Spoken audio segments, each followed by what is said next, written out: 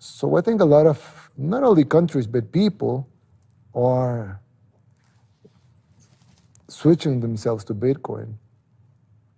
And then you have all of the problems with the current monetary systems. And the Bitcoin system is so perfect that I think it's going to be the future. And it is the present already in a lot of things, but it's going to be big, way bigger in the future. And why? I mean, El Salvador has not been the country that's recognized to be the first in innovation, but why not this time? So being the first country adopting Bitcoin as a legal tender, it's a good thing for our country. And if you adopt the practical reasons, like receiving remittances with at the speed of light and having almost no costs, like you would have with Western Union and those types of systems, having financial inclusion to 70% of the people that doesn't own bank accounts, having a lot of investment in tourism that would come from this, and not becoming independent, because we're not, but at least becoming a little less dependent on the output of new dollars and the new inflation that's coming with those new dollars. We don't perceive any of that. Because when a country prints more money, there's a good side and a downside. The good side or the upside is that the government has more money to spend. The downside is the inflation, because you're just pouring in more money with no basis. But the problem with using an international currency that is not yours to print is that you're only absorbing the cost.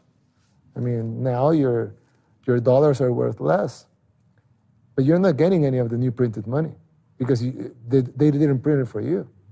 So for a country like ours, and we're not the only country of the world with that reality, I think having Bitcoin as legal tender, even though nobody has done it before, it was a no-brainer.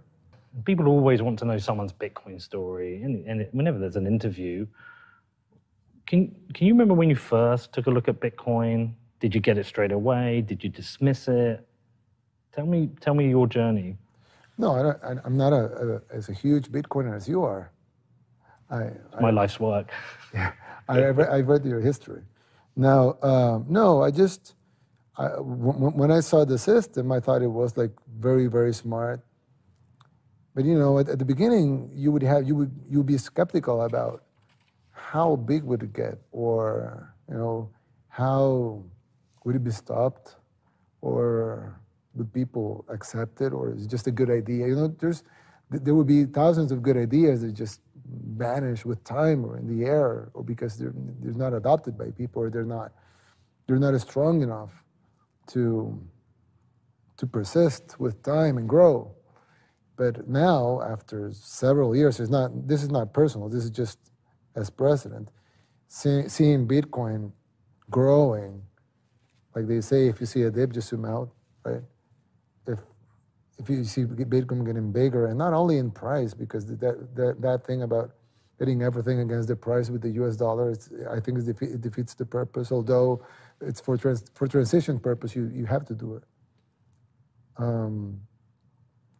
But I don't know, I just thought from the beginning the system was beautiful, but now I'm more convinced, since it has withstand the pressure of time and the changes in the global landscape and the political landscapes. I mean, 3 US presidents now, countries changing totally, the world stage changing, social media exploding. I mean, you have all of these things, and Bitcoin has not only persisted, but in fact this has grown. So now I just don't see like a very, very nice idea that it's probably gonna get to something very important, but actually it is a very important thing now. So it has proven itself. And at the beginning it was interesting. Now it's a reality. And that's probably that's my personal the journey of my personal opinion of it, which, by the way, like I told you before, it doesn't matter anymore. Well, almost all classical economists have rejected Bitcoin. Of course, because They they're don't accept classical it. economists. Yeah, I mean, you just define them. they don't understand. Well, I don't think they don't understand. I think they don't want to understand, because all of their preconceptions, their theses, their works, their books, their prices would be meaningless because they were wrong. So they have to defend. I don't think they're that against Bitcoin. I think they're more trying to defend their personal stories. I mean, imagine somebody that's very, well-known, a recognized person in economy, and having attacked Bitcoin for a decade, and now it would be very hard for him to see Bitcoin succeed, because it would mean that he was wrong. It would mean that all of the prices he got, I mean, at least they're outdated. Tell me about the volcano mining. Yeah. I made a show that went out on Wednesday with my friend Harry, who's a miner, and we discussed all different energy sources, but it was prior to your announcement, so geothermal didn't even come up. Yeah. Tell me about the volcano mining. Well, geothermal, it's a very, very clean source of energy.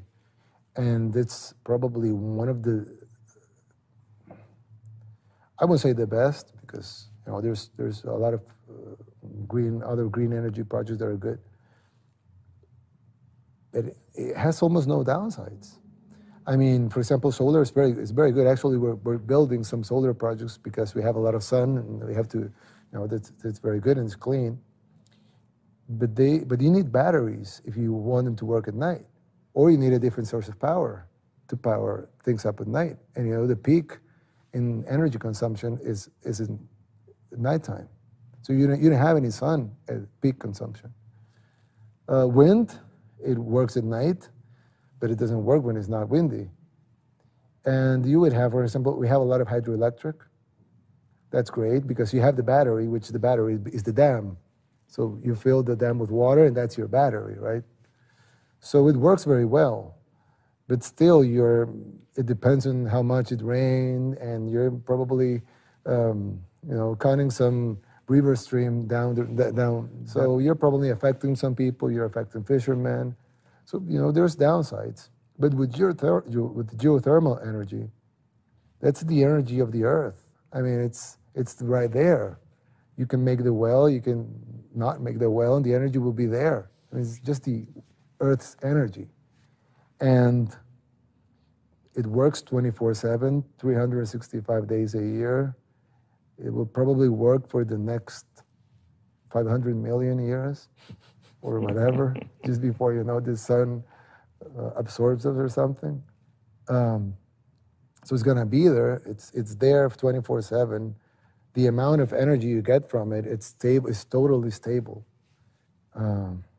because the shifts in the Earth's power are measured in the millions of years. Not measured like any other thing, like in seasons or months. It's measured in the millions of years.